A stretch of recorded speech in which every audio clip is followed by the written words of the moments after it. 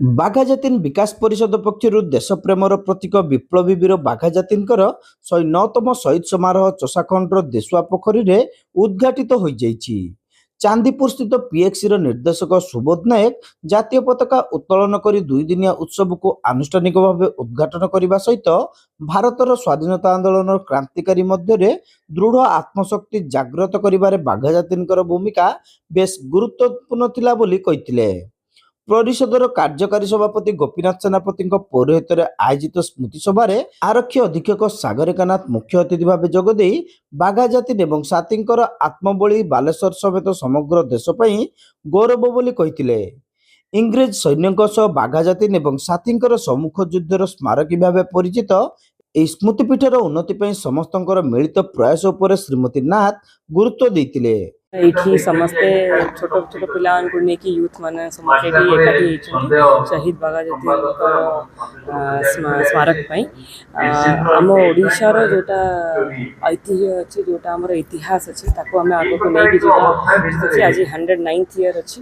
ଆମେ ଯେତିକି ଆମର ଇତିହାସକୁ ଆଗକୁ ନେଇକି ଯିବା ସେତିକି ଆମେ ଆଜ ଓଡ଼ିଆ ଜାତି ଆମେ ନିଜକୁ ଏଷ୍ଟାବ୍ଲିଶ୍ କରିପାରିବା। ପିଲାମାନେ ଏଥିରୁ ଯେଉଁ ଡିଫରେଣ୍ଟ କମ୍ପିଟିସନ୍ସ ହେଉଛି, ସେଥିରେ ସଙ୍ଗ କମ୍ପିଟିସନ୍ ଅଛି, ଡିବେଟ୍ କମ୍ପିଟିସନ୍ ଅଛି, ପେଣ୍ଟିଂ କମ୍ପିଟିସନ୍ ଅଛି, ସେଥିରୁ ସେମାନେ ବହୁତ କିଛି ଶିଖିବାକୁ ପାଇବେ, ନିଜକୁ ଏନଗେଜ୍ ରଖିପାରିବେ ଆଣ୍ଡ ଆମର ଯେଉଁଟା କୋର୍ ଓଡ଼ିଶାର ଭ୍ୟାଲ୍ୟୁଜ୍ ଅଛି ତାକୁ ଆମେ ଆଗକୁ ନେଇକି ଯାଇପାରିବା।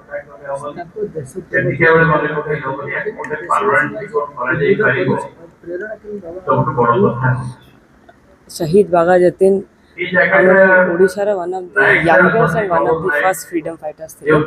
ତାଙ୍କର ଯେଉଁଟା ନେଚର୍ ଅଛି ସେଇଟାକୁ ଆମେ କେମିତି ଆଜିକା ଆମ ଦିନଚର୍ଯ୍ୟାରେ ଆମେ ତାକୁ ଇମ୍ବାଇବ୍ କରିପାରିବା, ସେଥିରୁ ଆମେ କ'ଣ ଶିଖିପାରିବା, ସେଇଟା ଆମ ପାଇଁ ସବୁଠୁ ଇମ୍ପୋର୍ଟାଣ୍ଟ ଜିନିଷ ରହୁଛି। ଆଗକୁ ଯାଇକି ଗୋଟେ ସମାଜକୁ କେମିତି ଆମେ ଆଗକୁ ନେଇକି ଯାଇପାରିବା ସେଇ ଡାଇରେକ୍ସନରେ କାମ କରିବା।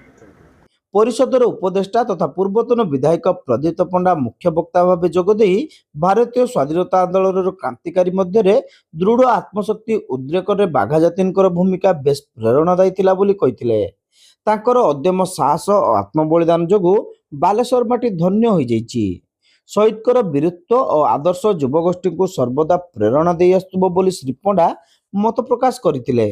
ପୂର୍ବତନ ବିଧାୟକ ସୁଦର୍ଶନ ଜେନା ଏଥିରେ ସମ୍ମାନିତ ଅତିଥି ଭାବେ ଯୋଗଦେଇ ଇତିହାସର ପରିଭାଷାକୁ ହୃଦୟଙ୍ଗମ କରିପାରିଲେ ହିଁ ବିପ୍ଳବୀମାନଙ୍କର ସ୍ମୃତିଚାରଣର ଚରିତାର୍ଥ ହୋଇପାରିବ ବୋଲି କହିଥିଲେ।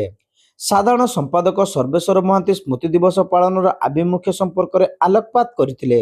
ବରିଷ୍ଠ ସଦସ୍ୟ ଆଇନଜୀବୀ ମନୋଜ ନାୟକ ସ୍ୱାଗତ ଭାଷଣ ସହିତ ମଞ୍ଚ ପରିଚାଳନା କରିଥିଲେ।